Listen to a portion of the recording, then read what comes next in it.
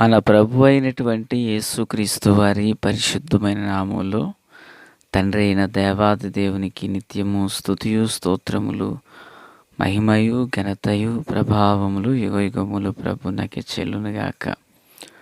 ఆత్మీయులారా, బాగున్నారు కదూ?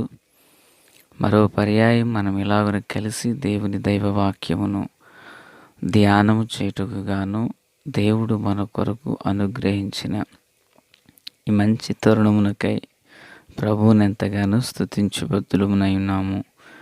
దయగలిగిన ఆయన ఆత్మచేత సమభూమి గల దేశమున ప్రభువు మనలను నడిపించునుగాక. ఆమేన్. నేటి దిన వాక్య ధ్యానము కొరకైన భాగము ఆదికాండము 41వ అధ్యాయం. ప్రియులారా, 51, 52 వచనాల వరకు ఉన్న భాగాలను మనం ధ్యానం చేయబోతున్నాం. అప్పుడు యోసేపు, దేవుడు నా సమస్త బాధను నా తండ్రి ఇంటి వారందరినీ నేను మరచిపోవునట్లు చేశానని చెప్పి తన జ్యేష్ఠ కుమారునికి మనష్షే అను పేరు పెట్టెను. ప్రార్థన. పరిశుద్ధుడు అయిన తండ్రి, దేవా స్తోత్రం. చదువుబడి ఉన్న వాక్యము మీది వినుచుండిన వారు అందరూ మీ వారు. అయ్యా, మీ దాసుడనైన నన్ను పూర్ణముగా మరుగు చేసి దైవ స్వరమును వినిపింపచేయండి. రాకడ కొరకు, రాజ్యం కొరకు సిద్ధం చేయండి. సియోనులో నుండి మీ కృపాహస్తం తోడయుండునుగాక. యేసునామమున ఆమేన్. ఆత్మీయులారా, బాగున్నారు కదూ? ఈ వాక్య భాగంలో భక్తుడైన యోసేపు ఐగుప్తు దేశంలో 7 సంవత్సరములు పంట అనున్నది సమృద్ధిగా పండుచుండిన కాలాన అతనికి 2 కుమారులు పుట్టారు. కరువు సంవత్సరములు రాకమునుపే దేవుడు ఆ బిడ్డలను దయచేశాడని లేఖనంలో చూస్తున్నాం. అయితే పిల్లరా, పెద్ద కుమారునికి యోసేపు మనష్షే అని పేరు పెట్టాడు. నిజానికి మనష్షే యాకోబు కుమారుడు కాదు. ఎందుకంటే 12 మంది గోత్రకర్తల జాబితాలో మనష్షే ఉంటాడు. మనష్షే ఎవరి కుమారుడు? యోసేపు కుమారుడు. నిజానికి లేవి పేరు, యోసేపు పేరు 12 గోత్రాలలో. ఇవి గోత్రములు అని పిలువబడిన తర్వాత వారు కనిపించరు. దేవుని ప్రియులారా, మరి యోసేపు ఉన్నది ఐగుప్తు దేశం.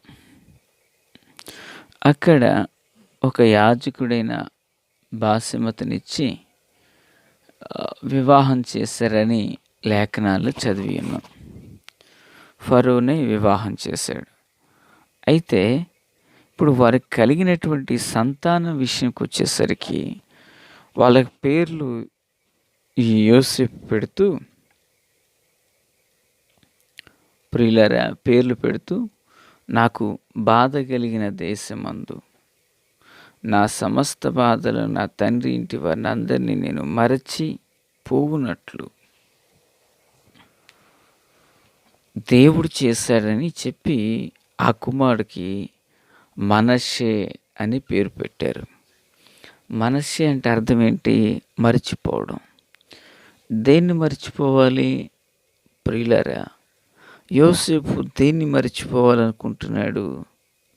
చూడండి, ఈ లోకంలో కొందరు ఇక 24 గంటల ఆన్లో ఉంటారు. ఆన్ అంటే అర్థమైంది కదా. కొందరు ఇక పగలు రాత్రి లేదు.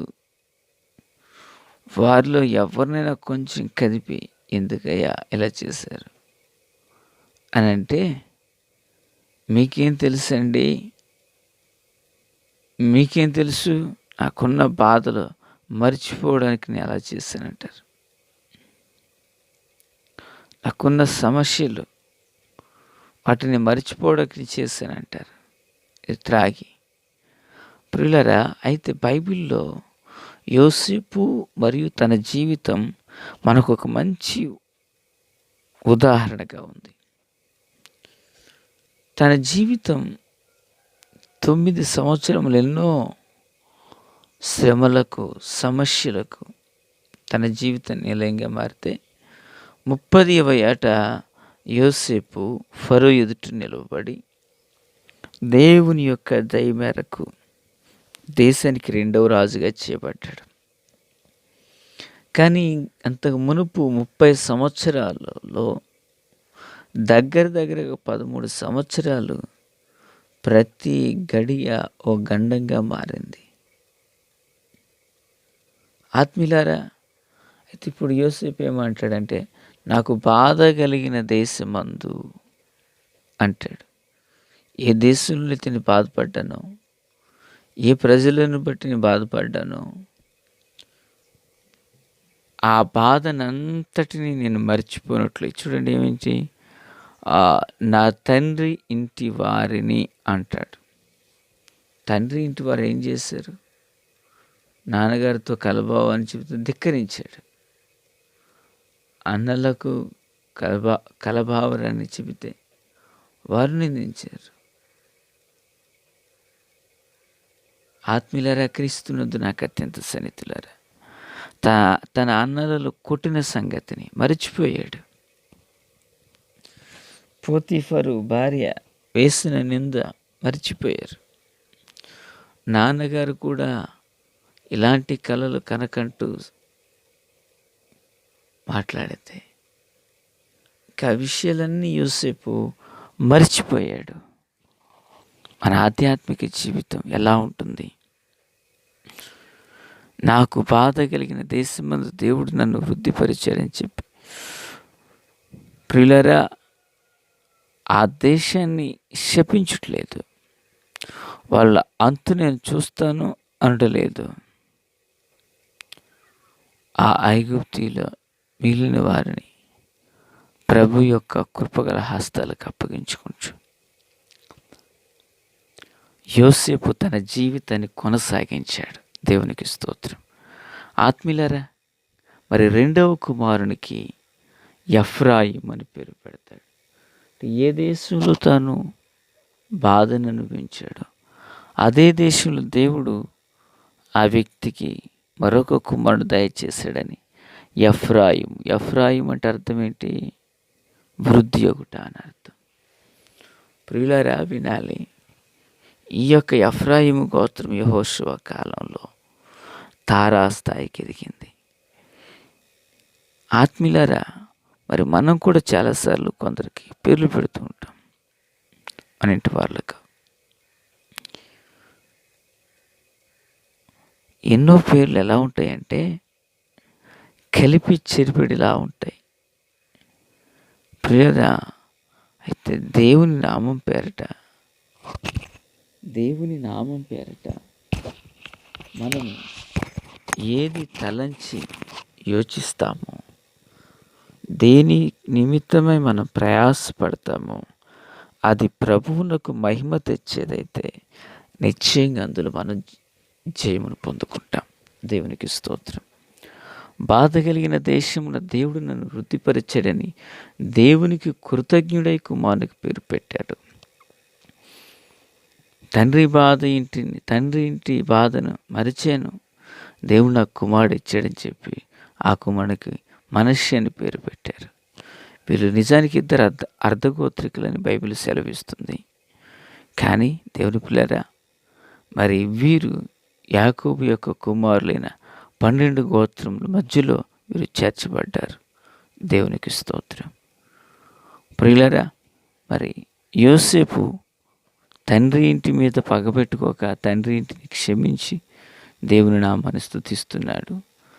దేవుడు వృద్ధి కలుగజేసిన దాన్ని బట్టి బిడ్డకు ఆ పేరు పెట్టి ప్రభుని స్తుతిస్తూ ఉన్నాడు. ఈరోజులు మనం ఏం చేస్తున్నాం?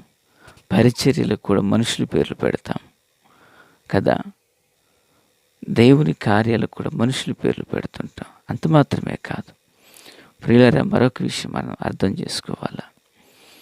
అమ్మలో ఒక అక్షరం, నాన్నలో ఒక అక్షరం, ఇక వీటిలో ఒక అక్షరాలు తెచ్చి ఆ బిడ్డలకు నామకరణం చేస్తూ ఉంటారు.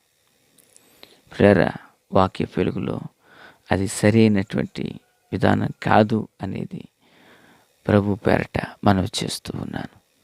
యోసేపును చూచినట్లయితే మనుషుల మీద పగా ద్వేషాలు పెట్టుకోకుండా దేవుడు నాకున్నాడంటూ మనస్సి అంటూ పేరు పెట్టాడు.